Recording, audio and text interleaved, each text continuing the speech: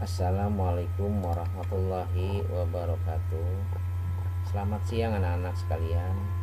Kita berjumpa lagi dalam pelajaran PKN di pertemuan yang keempat ini.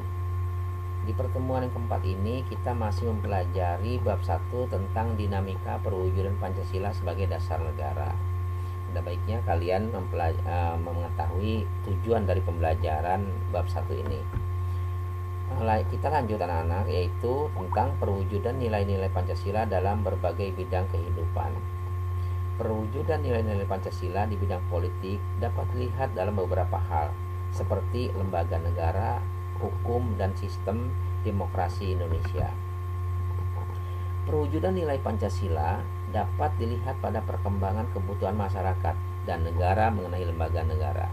Indonesia memiliki lembaga negara seperti MPR, DPR, Presiden, MA, MK, KY, dan BPK. Di sini Bapak perjelas ya, mungkin MPR, DPR kalian sudah paham. Nah, MA ini adalah Mahkamah Agung, MK adalah Mahkamah Konstitusi, KY adalah Komisi Yudisial, dan BPK adalah Badan Pemeriksa Keuangan. Kemudian perwujudan nilai Pancasila dapat dilihat pada sistem hukum nasional yang berdasarkan Pancasila sebagai sumber dari segala sumber hukum. Semua peraturannya atau perundang-undangan yang berlaku tidak boleh bertentangan dengan nilai-nilai Pancasila. Nah, di sini dikatakan ya, sistem hukum nasional yang berdasarkan Pancasila sebagai sumber dari segala sumber hukum. Artinya, hukum-hukum yang berlaku di negara kita ini, negara Indonesia ini, baik itu undang-undang, ya, peraturan pemerintah, ya, peraturan pemerintah pengganti undang-undang, perpu, dan lain sebagainya, semua itu harus berdasarkan kepada sumber hukum Pancasila. Kemudian perwujudan nilai Pancasila dapat dilihat pada demokrasi Pancasila yang mengutamakan musyawarah mufakat. Musyawarah dapat diartikan sebagai upaya bersama untuk mencari pemecahan suatu masalah. Nah, ini tentunya ada pada sila keempat, ya, berdasarkan azas musyawarah mufakat. Kemudian perwujudan nilai-nilai Pancasila di bidang sosial budaya dapat terlihat pada hal-hal seperti berikut ini. Yang pertama, menghargai keberagaman budaya Indonesia. Kita harus saling menghargai, menghormati budaya yang satu dengan yang lain. Jadi jika kalian orang berasal dari orang Jawa Barat, tentunya harus menghargai budaya-budaya dari luar Jawa Barat. Begitu juga sebaliknya. Kemudian pelestarian keberagaman budaya Indonesia, dan tentunya budaya Indonesia ini harus dilestarikan, karena kalau tidak bisa diambil oleh negara asing.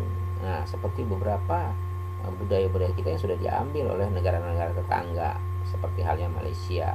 Nah, ini jangan sampai terjadi lagi seperti itu. Kemudian pengembangan nilai sosial dan budaya masyarakat menuju modernisasi yang dijiwai Pancasila. Lanjut, ini kita kepada perwujudan nilai-nilai Pancasila di bidang pertahanan dan keamanan. Terlihat antara lain pada Undang-Undang Dasar Negara Republik Indonesia tahun 1945, pasal 27 ayat 3 dan pasal 30 ayat 1. Undang-Undang Negara Republik Indonesia tahun 1945, pasal 27 ayat 3 menyatakan bahwa setiap warga negara berhak dan wajib ikut serta dalam upaya pembelaan negara. Nah, jelas.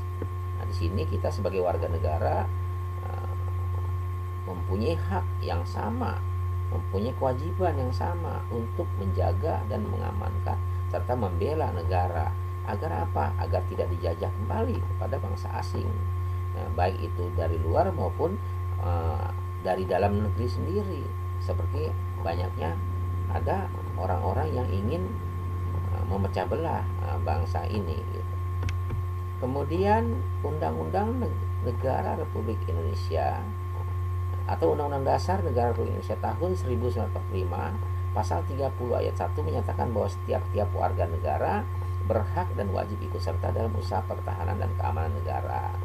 Nah, oleh karena itu, anak-anak sekalian, jika kalian mempunyai cita-cita ingin menjadi polisi, ingin menjadi tentara, maka dari sekaranglah kalian harus bisa menjaga diri, mendisiplinkan diri, menjaga fisik, menjaga kesehatan agar kuat, sehingga nanti ketika kamu masuk SMA atau SMK, kalian sudah bisa mendaftarkan menjadi calon tamtama atau masuk dalam pendidikan kemiliteran, baik itu kepolisian maupun tentara.